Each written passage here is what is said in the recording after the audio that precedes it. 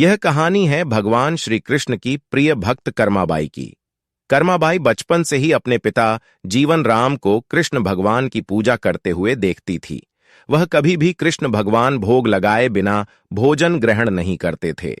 जब कर्माबाई 13 साल की थी, तब एक दिन जीवन राम को तीर्थ पुष्कर स्नान के लिए जाने की इच्छा हुई।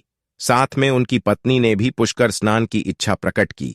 जीवन राम अपनी बेटी को भी ले जाना चाहते थे, लेकिन दुविधा यह थी कि अगर वह सब घर के बाहर गए तो भगवान श्री कृष्ण को भोग कौन लगाएगा। तब जीवन राम ने इस नित्य कर्म की जिम्मेदारी कर्माबाई को सौंपी और कहा कि देखो बेटी कर्माबाई, सुबह भगवान श्री कृष्ण को भोग लगाने के पश्चात ही तुम भोजन ग्रहण करना।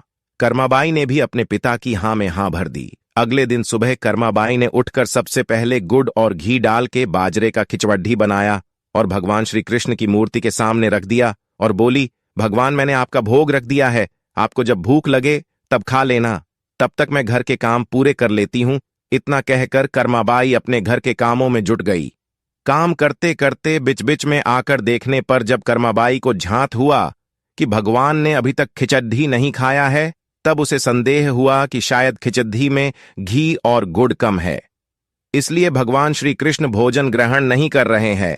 तभी कर्माबाई ने खिचड्ढी में थोड़ा गुड़ और घी मिलाया और मूर्ति के सामने बैठ गई। वह बोली, भगवान मेरे पिताजी जब खिलाते हैं तब तो आप खा लेते हो, तो अब क्यों नहीं खा रहे हो? और अभी तो पिताजी बाहर गए हैं, उन्हें आने में बहुत दिन लगेंगे, तब तक आपको भोग लगाने की जिम्मेदारी मुझे दी गई है, इसलिए जब तक आप भोजन नहीं खाएंगे तब तक मैं भी कुछ नहीं खाऊंगी। इस तरह जिद पर अड़ी नन्ही कर्माबाई की प्यारी बातों से कृष्ण भगवान का सिंहासन डौल गया और फिर मूर्ति में से आवाज आई, बेटी कर्माबाई, तुमने पर्दा तो किया ही नहीं, तो मैं भोजन कैसे ग्रहण करूं? तब कर्माबाई ने मूर्ति के आगे अपनी चुनरी का पर्दा किया और कुछ ही समय में कृष्ण मूर्ति के सामने रखी खिचड्ढी की थाली खाली हो गई। अब कर्माबाई रोज सुबह सबसे पहले कृष्णा को बाजरे का खिचड्ढी खिलाती और बाद में खुद भोजन ग्रहण करती। कुछ दिनों बाद घर लौटने पर कर्माबाई के माँ बाप भी कृष्ण की लीला देखकर दंग रह गए। इस तरह कर्माबाई ईश्वर कृष्ण की निस्सीम भक्त बन गई। अपने जीवन के अंतिम दिनों में कर्माबाई भगवान जगन्नाथ की नगरी में एक कुटिया में बस गई थी।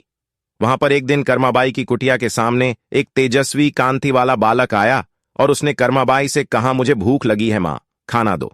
उस वक्त भी कर्माबाई अपने भगवान कान्हा को खिचड्ढी का भोग लगा रही थी। कर्मा ने उस बालक को भी खिचड्ढी खिलाया। उसके बाद से वही बालक हर रोज कर्माबाई के हाथ का खिचड्ढी खाने आता था। यह सिलसिला कई वर्षों तक चलता रहा।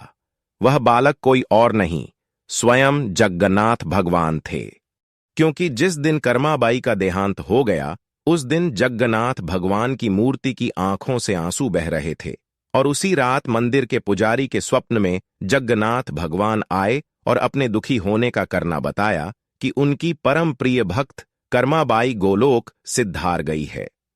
मैं रोज सुबह उसके हाथ की खिचड्ढी खाता था, अब मुझे खिचड़ी कौन खिलाएगा?